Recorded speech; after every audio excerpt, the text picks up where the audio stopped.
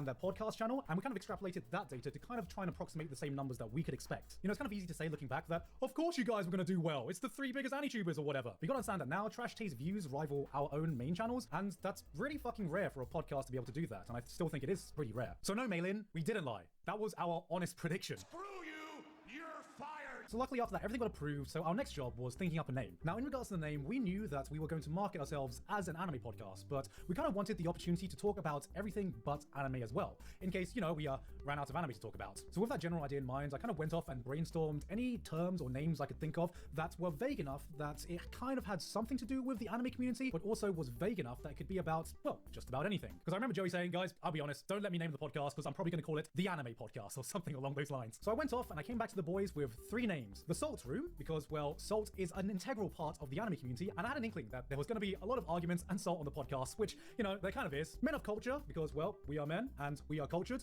most of the time. And of course, Trash Taste. I remember pitching these 3 names to the boys, and we all unanimously agreed that Trash Taste wouldn't be the name. Yeah, I can't remember exactly why, but I think the initial reaction was we weren't sure if we wanted to have the term trash so ingrained in our branding, because we didn't know if we wanted such a negative connotation with our podcast. So we were picking between the Salt Room and Men of Culture, and then I remember we all went to sleep, and then we woke up the next day and we were like, you know what?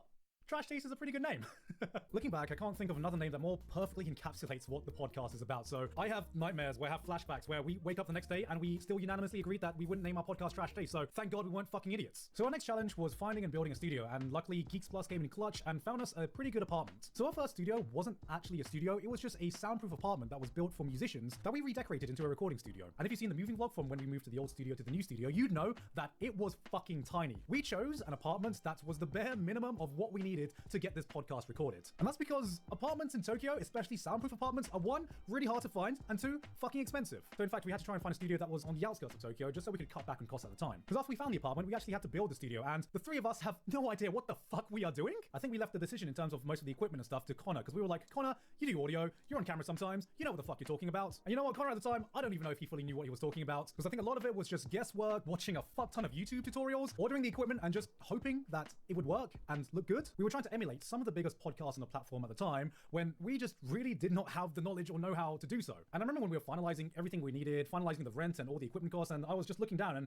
I started sweating, man. Like, this is more money than any other project I spent on YouTube at the time, and I wasn't even 100% sure if or when the podcast would start making money. And so after all this guesswork, we got all the equipment shipped to our studio, we spent an entire day building it, building the furniture, setting up the cameras, making sure everything works. I was like hoping to God that it did, and luckily Connor came through and all the cameras looked great. We set up the right angles, and the exact moment I knew that we might be onto something was after we were fucking knackered from building the set, building the studio. We were going to do a quick 5-minute camera test to see if Mudan could edit it fine. So we sit down to talk for 5 minutes, and we ended up talking for 30 minutes. And the only reason we stopped was not because we ran out of things to talk about, but because at the time, the camera that we had a 30-minute recording limit. So we literally just talked till the time limit ran out, even though we were just meant to do a quick 5-minute conversation for just an on-camera test of how the studio was going to look. And you can see that recording if you want. So you can go to trashtaste.com/Patreon. It's our episode 0. This wasn't meant to be a shout out, but I mean, it's there if you want to see it. And that's how we got our start.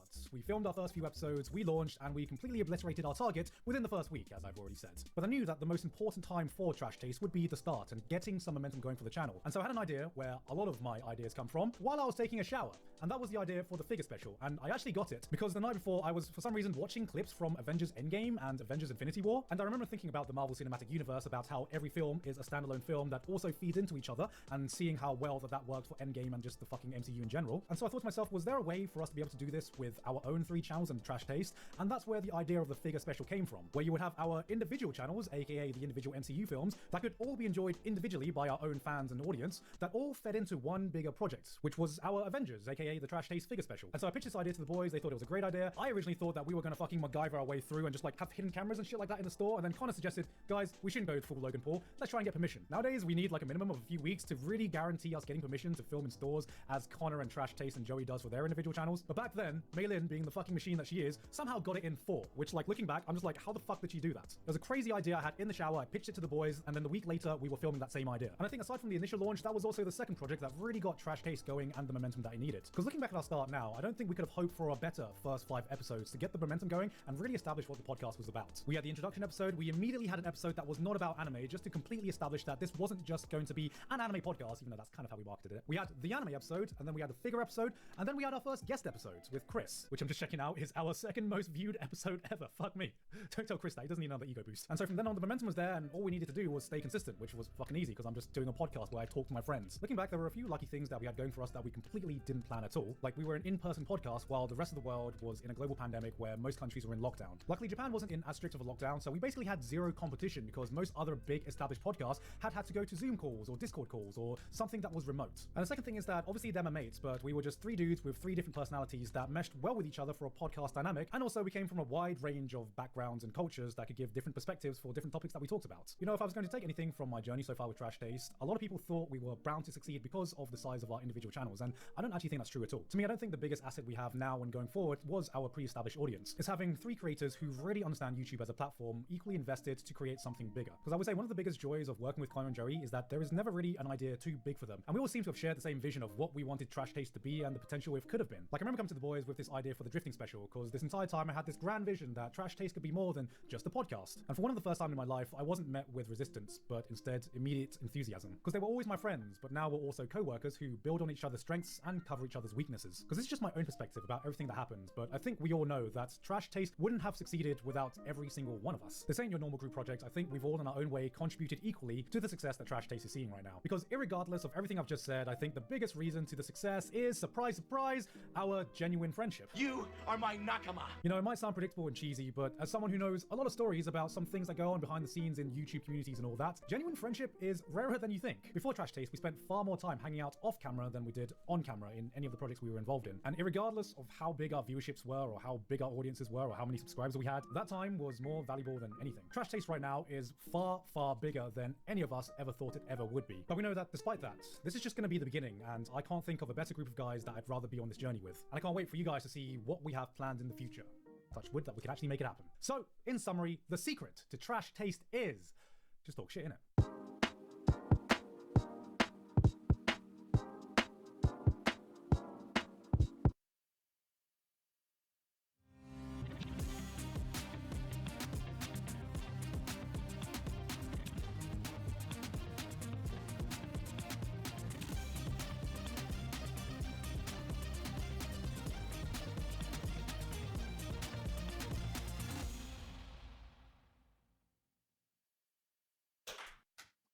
Hello, and welcome to the official anime podcast. We've talked about anime every episode. We only talk about anime.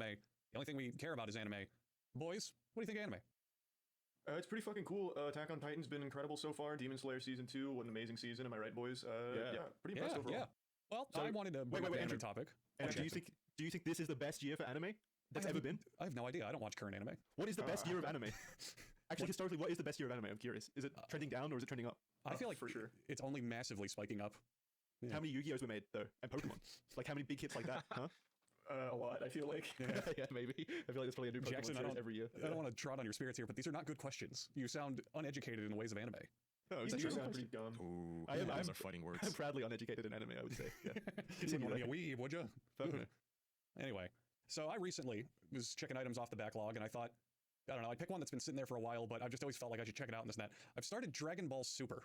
Ooh. Yeah, I am shocked that a property as popular and well-loved and respected as Dragon Ball could have some of the worst art I've ever seen in a modern anime. It's downright embarrassing how low quality the animation and artwork for that show is, and it's fucking Dragon Ball of all things. I'm looking at it and it looks just like Dragon Ball. What's bad about it? No, so not all of it is terrible. Most of it is just fine if like the coloring is kind of lazy and it's just kind of basic, but when it's animated and things are moving, it looks like a Flash cartoon every now and then.